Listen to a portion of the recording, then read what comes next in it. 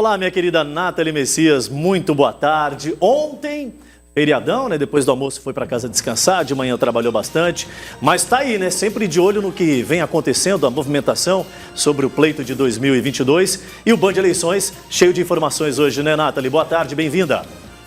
Muito boa tarde para você, Adilson. Boa tarde a todo mundo que está nos assistindo. Olha, tô sorrindo aqui para você, Olha, viu, Adilson? eu pensei, eu sabia que eu ia tirar um sorriso dessa mulher. É séria demais, mas também tem muito assunto sério pela frente, né, Nathalie? Com certeza.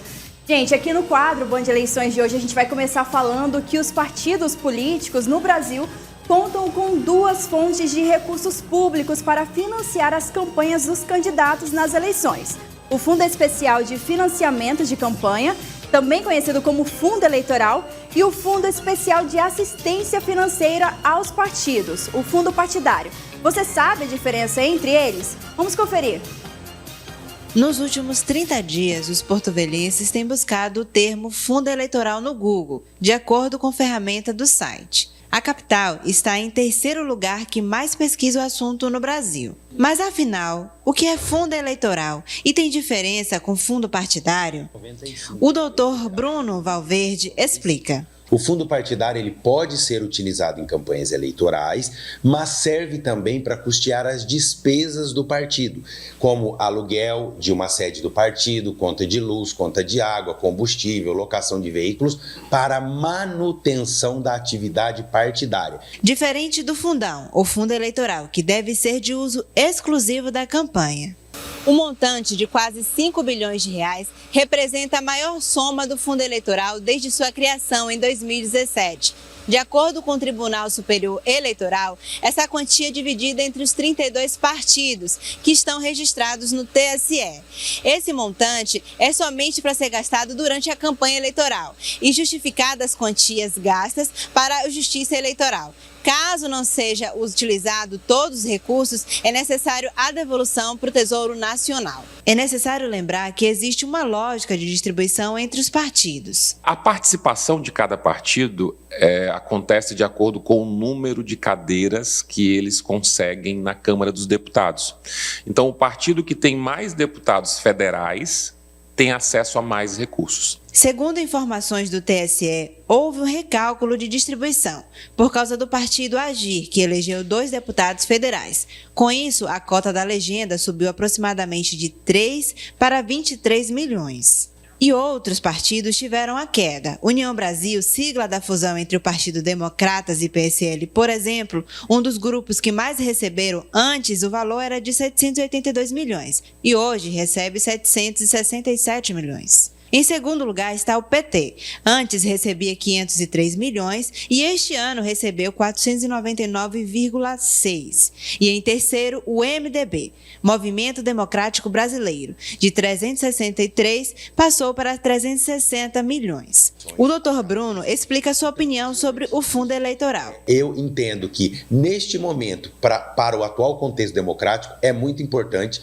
que nós tenhamos esse financiamento de campanha. Não sei se o valor seria o ideal, mas nós precisamos desse financiamento de campanha, senão nós vamos abrir margem para a doação de pessoa jurídica que depois vão buscar vantagens dentro da administração pública.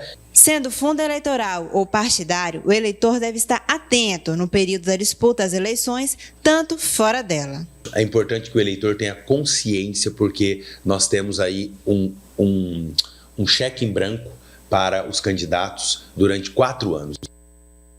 É isso mesmo, é muito importante que o eleitor ele esteja a par do que acontece com o dinheiro público, né, Adilson? É verdade, você inclusive tocou num ponto excepcionalmente certo agora. De onde vem esse dinheiro? Será que ele cai do céu, Nathalie? Né? A gente está falando de uma cifra que aproxima aos 7 bilhões, juntando os dois. E é importante demais essa matéria que traz especificações onde fica muito claro, né, porque foi muito discutido a questão do fundo partidário. Os quase 6 bilhões. Mas tem mais 1 bilhão e um cadinho que é para se juntar ao fundo eleitoral. Com tudo isso, quem paga a conta, Nathalie? Fala para mim aqui. É claro que é o eleitor, né, Adilson? O contribuinte, tá? Isso é erário público. Agora, cá entre nós, né? O doutor que foi personagem na reportagem. Como é que é o nome dele? É o Bruno Valverde. Valverde, né, doutor Valverde. Ele foi muito preciso. Olha, a gente tem que prestar atenção e o Band Eleições ele veio justamente para isso, para trazer aqueles assuntos que são pouco discutidos e para que a sociedade fique cada vez mais atenta a como funciona o processo e exerça o seu papel, a sua cidadania com coerência. Porque nós estamos aí assinando um cheque em branco com mandatos de 4 e 8 anos. Porque em se tratando de senadores, esse ano renova uma vaga. O senador eleito ele vai ficar representando a população por 8 anos. E é por isso que é bom que você avalie bastante e conheça todo o processo. Muito boa reportagem, Nathalie. É isso aí, a gente está sempre mostrando aqui, trazendo os esclarecimentos para toda a população, justamente no quadro Band Eleições. E agora a gente vai saber como estão as agendas dos candidatos ao governo de Rondônia para hoje. Daniel Pereira, pelo Solidariedade, na manhã teve reunião com assessoria e gravação de programas eleitorais. À tarde, às 15h30, 3 horas e 30 minutos, terá caminhada na região sul de Porto Velho. Às 5h30, uma reunião com o Sistema Sindical Rural de Rondônia, FAPERON. Léo Moraes, pelo Podemos, de manhã teve encontro com agricultores em Ji-Paraná. À noite, terá reuniões políticas aqui em Porto Velho. Coronel Marcos Rocha, pela União Brasil, nesta quinta-feira o candidato não disponibilizou a agenda. Marcos Rogério, pelo PL, às 8h30 da manhã, teve caminhada no centro de Rolim de Moura e visita a lideranças locais. Meio-dia, almoço com integrantes da FAPERON e à tarde, caminhada no centro de Jaru e visita a lideranças locais. À noite, às 8 horas, terá uma reunião com o prefeito Alex Testoni e apoiadores em Ouro Preto do Oeste. Pimenta, de Rondônia, pelo PSOL, às 7h10 da manhã teve entrevista em emissoras de rádio. Às 11h30, entrevista em emissoras de TV e no período da tarde, reunião com líderes e apoiadores. Valqueiroz, nessa quinta-feira o candidato também não disponibilizou a agenda. Quando eles disponibilizam, a gente fala aqui para vocês. Na tarde dessa quarta-feira, Dia da Independência do Brasil, o Tribunal Regional Eleitoral acatou a impugnação do Ministério Público Federal e indeferiu o registro de candidatura do candidato à reeleição Jair Montes, do Partido Avante, por razão de condenação pelo crime de associação ao tráfico de drogas. O relator, juiz José Vitor Costa Júnior, votou pelo indeferimento da candidatura de Jair Montes e foi acompanhado por unanimidade pelos demais juízes. Nesse sentido, Jair Montes foi considerado inelegível pelo TRE e assim está fora das eleições 2022, não podendo ser mais votado. Todavia, o Partido Avante pode até o dia 12 desse mês de setembro substituir o candidato por outro.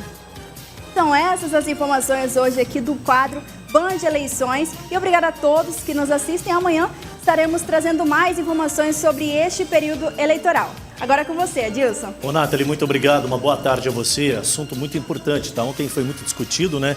Foi ventilado na internet, né? Hoje nós temos este outro meio de comunicação que está sempre ali, né? Ventilando as informações e muitas das vezes acaba faltando a checagem daquele conteúdo. Portanto, foi confirmado, a Corte Eleitoral do Estado de Rondônia indeferiu a candidatura do atual deputado estadual Jair Montes. Aqui tudo indica, o partido teria condições ainda de indicar um outro representante para concorrer ao cargo, mas que não caberia mais recurso para o atual deputado estadual Jair Montes para que ele consiga concorrer a este pleito. Mesmo assim, a gente continua com o olhar atento e em busca da informação para você, pois o prazo limite dos deferimentos ou indeferimentos de campanhas se encerra no próximo dia 13 e é de competência do Tribunal Regional Eleitoral. Band Eleições, as informações mais precisas estão aqui.